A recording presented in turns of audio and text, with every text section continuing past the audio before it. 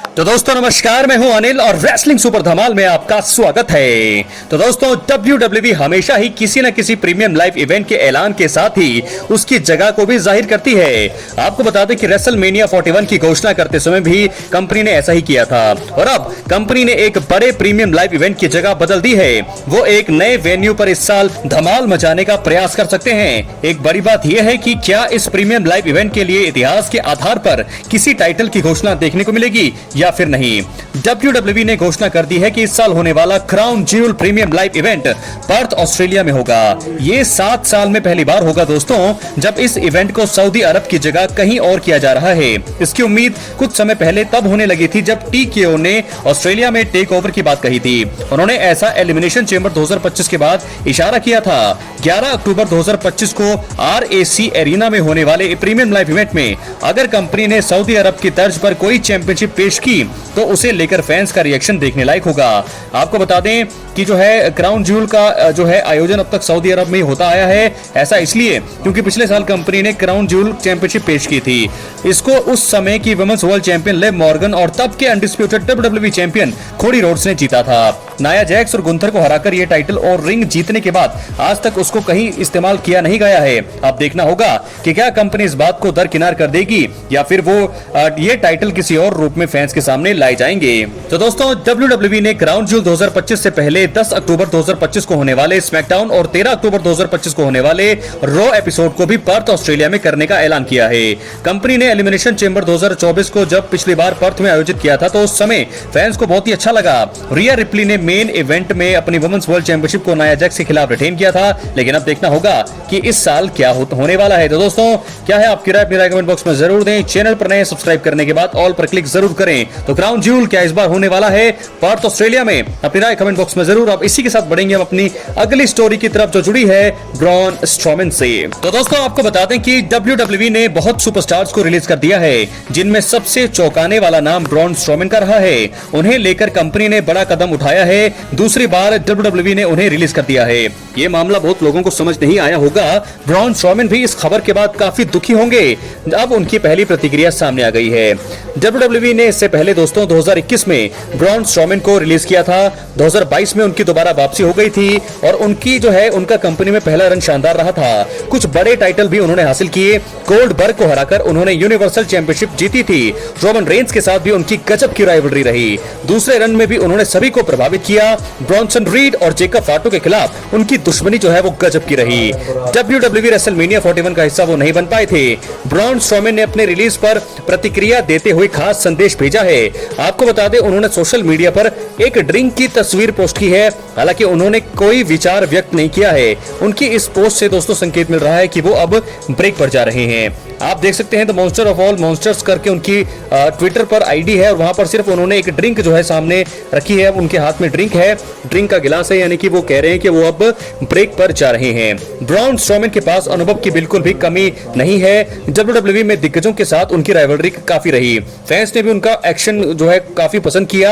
हालांकि अब उनका जलवा देखने को नहीं मिलेगा। वैसे ब्रॉन स्ट्रोमन किसी अन्य कंपनी में भी रुक कर सकते हैं। उन्हें अच्छा पैसा मिल सकता है। AEW का हिस्सा वो बन सकते हैं। टोनी खान की नजरें जरूर उनके ऊपर होंगी। ब्रॉन स्ट्रोमन ने रेसलिंग की दुनिया में अपना बढ़िया नाम बना लिया है। उन्होंने हमेशा ही अपनी फिजिक पर भी काम किया। ब्रॉन स्ट्रोमन हार मानने वालों में से नहीं है। वो बहुत जल्दी अपने अगले कदम का खुलासा कर सकते हैं। वैसे WWE ने उन्हें बाहर का जो है बहुत ही गलत काम किया है। ब्रॉन स्ट्रोमन ने अपने बल पर कंपनी को बहुत ज्यादा सफलता दिलाई है। उनके फैंस भी इस चीज से बहुत ज्यादा आहत होंगे। सोशल मीडिया पर उनका गुस्सा दिख सकता है। तो दोस्तों अब आपको मैं दिखाने वाला हूं वही रिलीज सुपरस्टार्स की लिस्ट। आइए देखते हैं। तो दोस्तों वो लिस्ट आपके सामने है जो अपडेटेड लिस्ट है रिलीज टैलेंट की, जो आज के दिन की जो है वो है सामने आपके। कटाना चांस, कैडन कार्टर, डकोटा काई, ये भी बड़ा नाम है। ब्रॉन स्ट्रोमन, शैना बेजलर बड़ा नाम, Gigi Dolin, Cora Jade, Eddy Thorpe, Riley Osborne, Jakara Jackson, Gallus और मेनेस और जेवियर बर्नेल। तो ये है रिलीज किए गए सुपरस्टार्स की लिस्ट। तो दोस्तों आपको बता दें कि अब हम बढ़ेंगे अगली स्टोरी की तरफ जो जुड़ी है स्मैकडाउन से। स्मैकडाउन का एपिसोड इस हफ्ते शानदार रहा। शो में कई चीजें देखने को मिली। रैंडी ऑर्टन भी आए, कंपनी ने उन्हें एडवर्टाइज किया था। रैंडी ऑर्टन ने शानदार प्रोमो दिया और अपने दुश्मन जॉन सीना को कड़ी धमकी दी। इस बार काफी गुस्से में वो दिखाई दिए। आपको बता दें कि वो जॉन सीना की हालत खराब करने के लिए बेताब लग रहे हैं। रैंडी ऑर्टन अपने करियर में 15वीं बार वर्ल्ड चैंपियन बनने का सपना देख रहे हैं और इस बार मुझे लगता है कि उनका सपना पूरा हो सकता है। हालांकि मैं आपको बता दूं, मेरे हिसाब से नहीं होगा, लेकिन फिर भी कई लोगों को ऐसा लगता है कि ऐसा हो सकता है। बैकलैश 2025 का आयोजन 10 मई को होगा। वहां पर जॉन सीना अपनी अनडिस्प्यूटेड WWE चैंपियनशिप को रैंडी ऑर्टन के खिलाफ डिफेंड करेंगे।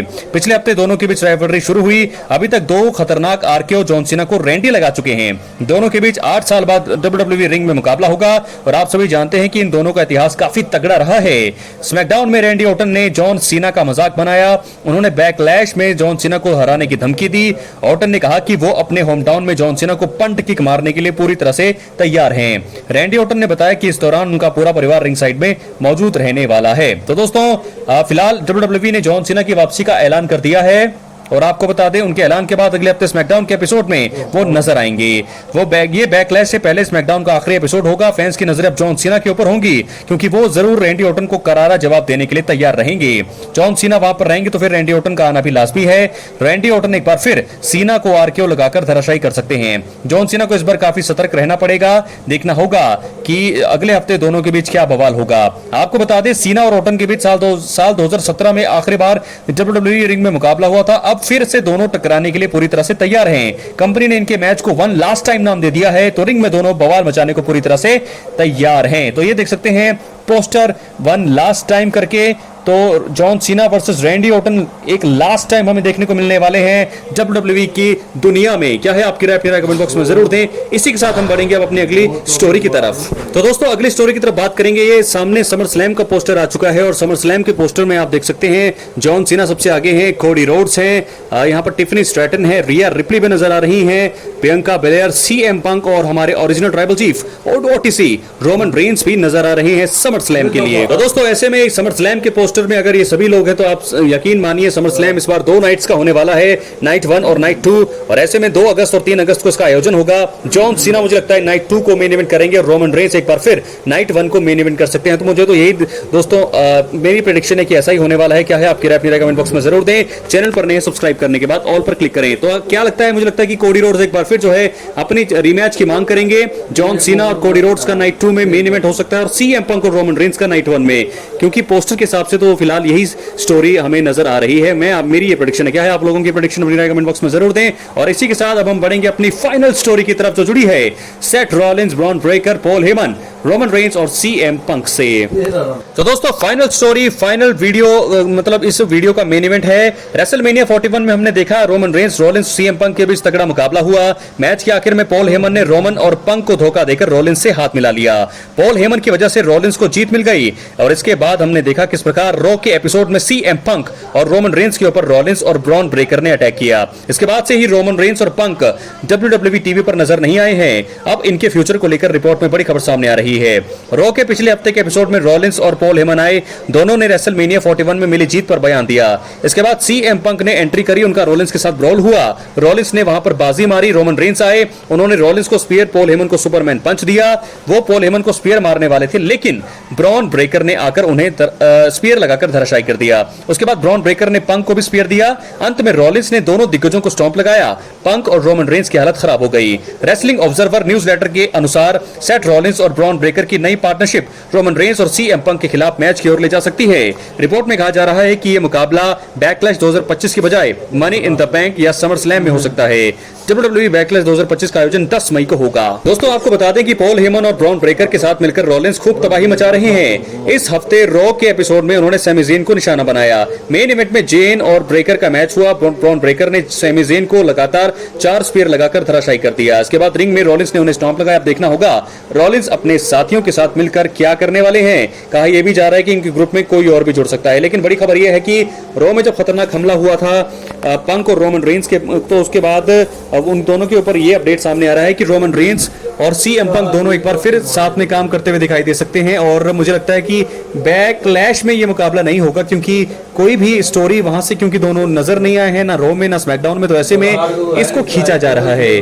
मनी इन द बैंक में मुझे लगता है ये मैच हो सकता है, क्योंकि समर स्लैम में भी हो सकता है, लेकिन मुझे लगता है कि मनी इन द बैंक में ये टैग टीम मुकाबला होगा। एक तरफ होंगे रोमन रेंज, सीएम पंक साथ में, और दूसरी तरफ ब्रॉन ब्रेकर और सेथ रॉलिंस की जोड़ी। तो ये मुझे लगता है ऐसा होने की पूरी संभावना है। क्या है आपकी राय, अपने कमेंट बॉक्स में जरूर दें। चैनल पर नए हैं, सब्सक्राइब करने के बाद ऑल पर क्लिक करें दोस्तों, क्योंकि ये फ्री है और यहाँ आपको हर प्रकार की रेसलिंग जगत से जुड़ी हुई तमाम जानकारी मिलती रहेगी। इसलिए वीडियो को लाइक करें, शेयर करें, सब्सक्राइब करने के बाद ऑल पर क्लिक करें। मिलते हैं अगली वीडियो में। बहुत बहुत दोस्तों धन्यवाद। तो होने वाला है रोमन पंक वर्सेस रॉलिंस ब्रॉन ब्रेकर। कौन जीतेगा इस मुकाबले को, अपनी राय कमेंट बॉक्स में जरूर। बहुत बहुत धन्यवाद।